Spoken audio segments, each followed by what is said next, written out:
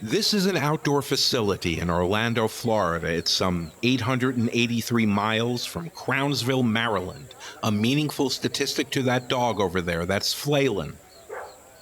He and his co-owners drove from Crownsville in 15 hours just to be here today. It's December 2020, and people are gathered here to see if this particular Annus horribilis can't end on a happy note. They've gathered at the American Kennel Club's inaugural Fast Cat Invitational, CAT being an acronym for Coursing Ability Test. They're here to determine America's fastest dog. This event is a democratic version of traditional lore coursing from a Latin root meaning to run. And Flaylin was born to run.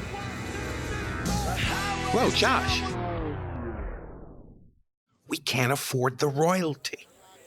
On this day, Flaylin would best a field of more than 100 of the finest coursing hounds from across the country, running 100 yards in 6.346 seconds.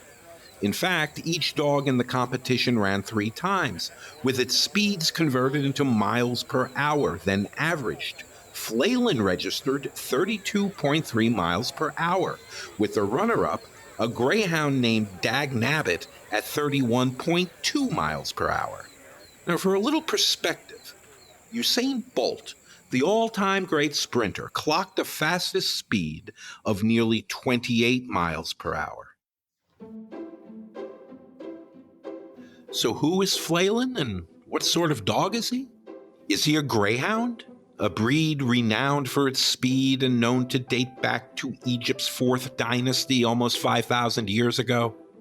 Is he a Borzoi, the dog previously known as the Russian Wolfhound, the big, elegant sighthound prized by the Romanovs?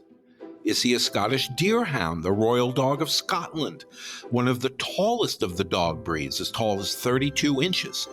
The answer is yes. Kind of. Probably. Sort of. Flaylin is a 4-year-old mixed breed rescue, thought to be some combination of the 3. His co-owners discovered his photo on a sighthound rescue website and decided to foster him. On day 1, they realized Flaylin, 53 pounds and fawn-colored, was a perfect fit for them. At first, obedience training was a bore for the natural-born sprinter. They tried scent work, but Flaylin was more interested in socializing with the other dog's owners than searching for anything. But when they moved to coursing, Flaylin found his sport. For co-owner Krista Shreet, it was an honor just to have Flaylin in the competition against the great coursing breeds, including Salukis and Whippets. The goal was nothing more than to represent mixed breed rescue dogs. But sometimes, she notes with a smile, the wild card wins.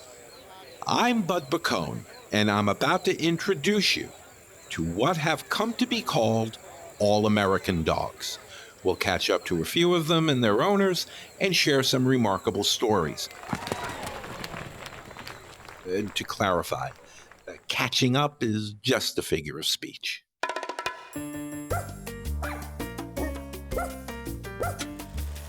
It's not the dog that needs training, but the owner.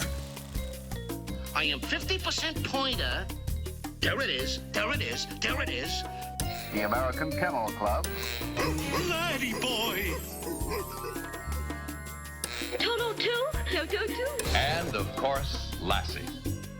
Down and Back. Stories from the AKC archives. With Bud Bacone.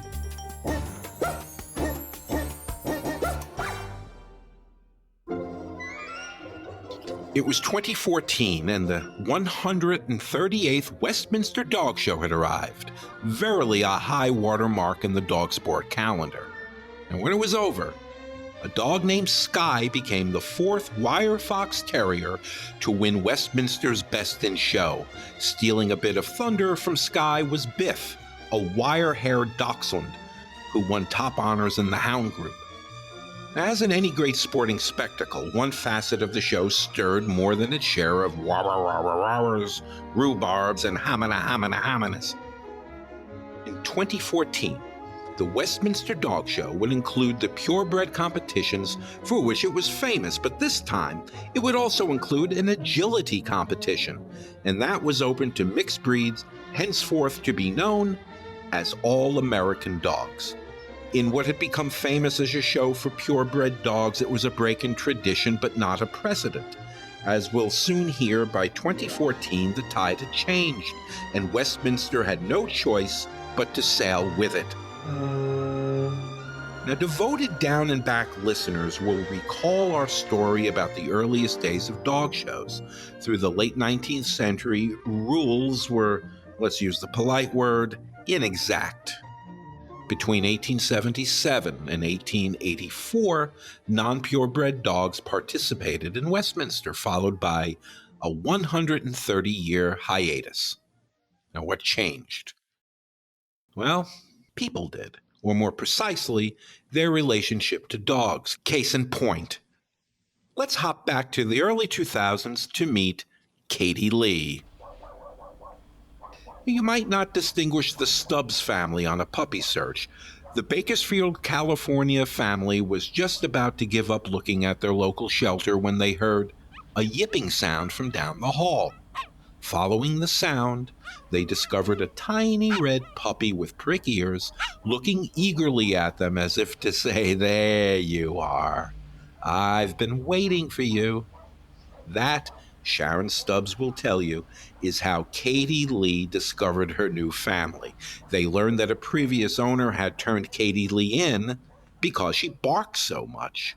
The same barking that led the family to her, and which they found endearing. Soon after Katie Lee's rescue, she was off to puppy classes where she clearly enjoyed training. In time, she passed her AKC Good Citizen test, and after that, yes, you in the back? What's the AKC Good Citizen test? Okay, good tangent. The Canine Good Citizen, or CGC program, stems from the belief that all dogs can be good dogs, and that all owners can be responsible owners. And sometimes that takes some training, lots of love, and plenty of praises along the way. Since 1989, over 1 million dogs and their owners have participated in CGC, mastering 10 basic skills that instill confidence and good manners in and out of your home. Skills that give family, neighbors, and even landlords peace of mind. Now, Josh, where were we? Katie Lee. Yes. After passing her AKC Canine Good Citizen test, Katie Lee took other classes, including obedience and agility. When Stubbs learned that AKC was opening companion sports to mixed breeds, she enrolled Katie Lee and mailed in her entry for a rally trial on the opening weekend. The American Kennel Club had seen the trend growing for some time. Dog sports were gaining popularity among all dog lovers, owners of purebreds and all-American dogs. Inclusion was right for the times, and it allowed AKC to advocate on behalf of all dogs. The one problem, the right handle. It was clear that mixed breed carried unwanted baggage. The word mutt was no better, derived from mutton head. It's a nod to the sheep's reputation for, well, lack of intellectual acumen. So, 4 years before mixed breed dogs first appeared at Westminster, AKC created the Canine Partners Program. Provided they're spayed or neutered, the dogs gain access to a wide range of activities and can compete in dog sports for all kinds of AKC titles. Its Purebred Alternative Listing, or PAL program, is for purebred dogs who, for various reasons, can't be registered. It allows them to compete in sports. So it was that in 2010, agility was opened to mixes in every AKC agility event in all 50 states and Puerto Rico. Local clubs quickly began including all-American dogs in competition. As for Sharon Stubbs, her timing was immaculate. AKC opened events to all-American dogs on, no foolin', April 1st, 2010. 3 days later, Katie Lee, became the first All-American dog to earn a rally title. Think of rally as a team sport where dog and handler navigate a course side by side of 10 to 20 different signs. The little red dog had made her new family very proud. But it's not just dog sports that reveal the inherent gifts in All-American dogs. Visitors to City Museum in St. Louis, where admission included a ticket to its one-ring circus, couldn't miss a favorite performer. A small, terrier-ish dog appears with an open suitcase. On command, she steps into it, and gripping a string in her mouth, gently pulls the lid over, packing herself inside. The audience loves it. They always do. Meet Maple, if you will, the marvelous Miss Maple, rescue dog turned circus star.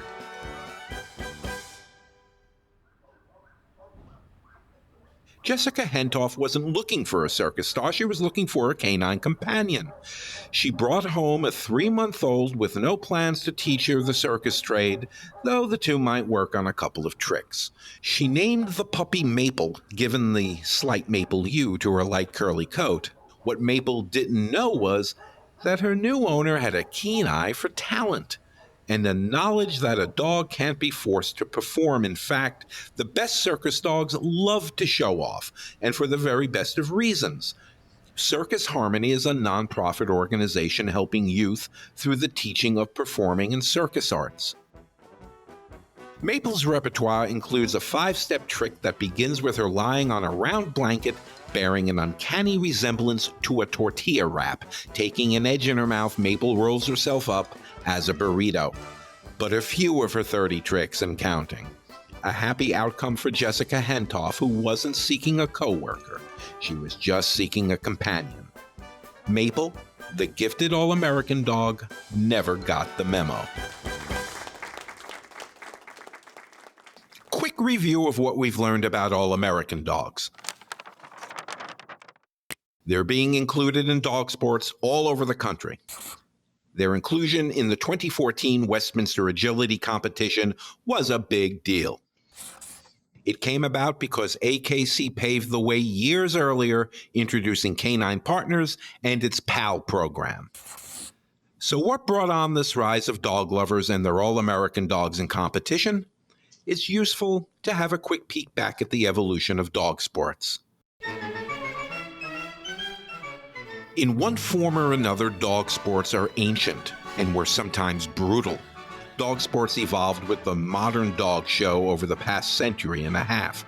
In addition to conformation, where purebred dogs of different breeds are measured against the breed standard, other dog sports have a long history, including coursing. That's where we met Flaylin a few minutes ago. I'm not a historian, though I play one in podcasts, but I'd suggest that for the All-American dog and their owners, a pivotal moment came in London, England in 1978.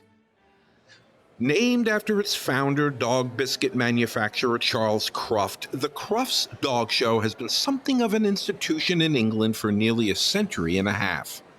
At this particular show committee member John Varley was charged with finding some sort of spectacle to fill the time for audiences between the show's conformation and obedience competition.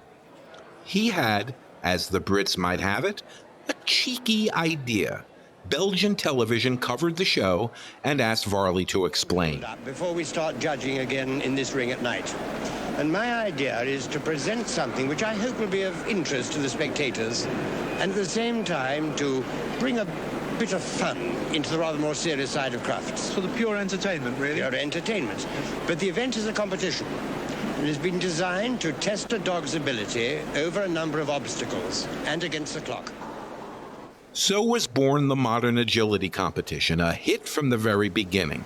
The crowd have really enjoyed this here in the main arena. I think the Kennel Club really deserve congratulations for devising such a good event. It's provided a lot of entertainment. And look at the speed this collie's going, far faster than the Alsatian. That's the over and under, and very quick, quicker than his trainer. That first competition had so many of the components associated with the sport today, among them tunnels, an A-frame, dog walks, and weave poles. Before long, the Kennel Club, England's organization, sanctioned agility as a sport. We've talked in the past of the shift in American attitudes toward dogs in the last half-century, of how the American dog moved from shed to bed and became a member of the family, and of the democratization of dog fancying. Because it required talent not specific to any breed, agility provided just the outlet for all American dogs and their handlers who began pawing at the door of major competitions. When world organizations held agility competitions for pedigreed dogs, alternate competitions sprung up for mixed breed entrants before barriers between them began crumbling, which helped give rise to a new generation of extraordinary four-legged athletes, such as Cooper, nicknamed Super Cooper, and not for nothing. Cooper has a knack for acing every dog sport he takes up. He's earned more than 30 AKC titles in 9 different sports. And in 2020, he earned a medallion as top-scoring All-American dog at the AKC Rally National Championship in Orlando. Not bad for a rescue. Lindsay Clark had a dog and wasn't looking for another, or so she thought. Her dog was getting older and she began thinking about adding a puppy. As she scrolled through pictures online, she found Cooper. It was the scruff of his white and tawny coat that caught her eye. Clark admits she's a sucker for a scruffy face. The next day, 9-week-old Cooper came to his new home. She took him to classes for manners and basic obedience. When Clark saw an agility competition on television, she was determined to teach him. It was a slow start. Cooper was timid, waiting for older dogs to try new things first. In time, though, his confidence blossomed.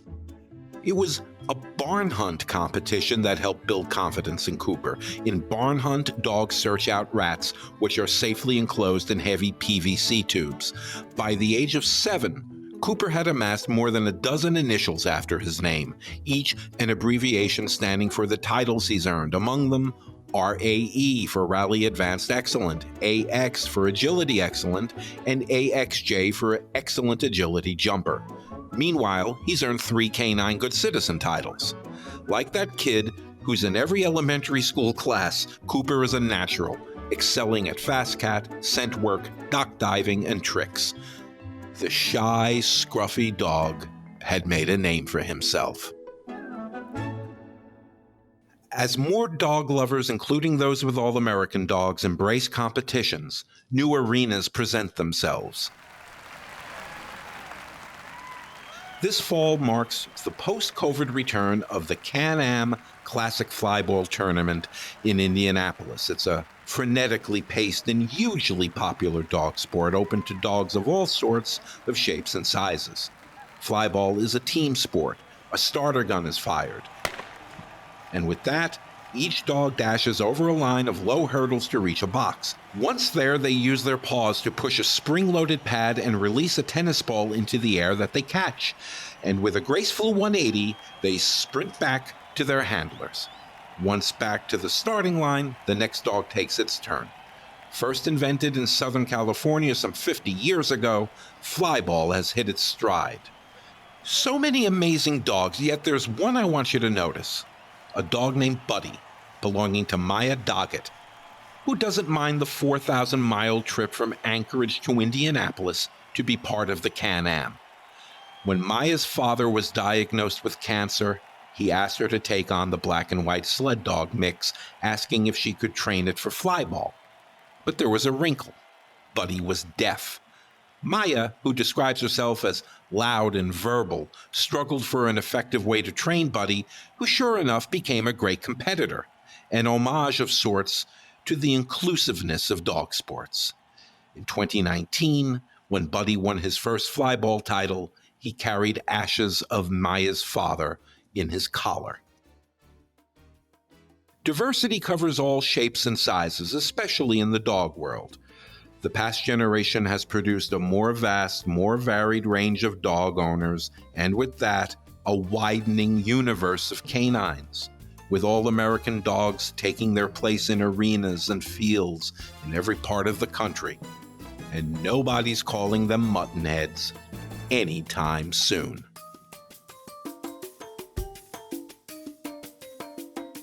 Down and Back, stories from the AKC archives. Visit akc.org to learn more about all things dog and find bonus materials for this episode. Follow the AKC on Instagram at American Kennel Club, on Twitter at AKC Dog Lovers, and let us know what you thought of the show. If you're new to the show, subscribe with your favorite podcast provider to catch up on Season 2 and dig into all of Season 1. Founded in 1884, many dog years ago, the American Kennel Club is the recognized and trusted expert in breeds, health, and training. We advocate for responsible dog ownership and are dedicated to advancing dog sports. Research for Down and Back provided by the AKC Library and Archives, the only national repository dedicated to the sport and enjoyment of the purebred dog. Learn more about the collections at akc.org/library. No humans were harmed while making this show.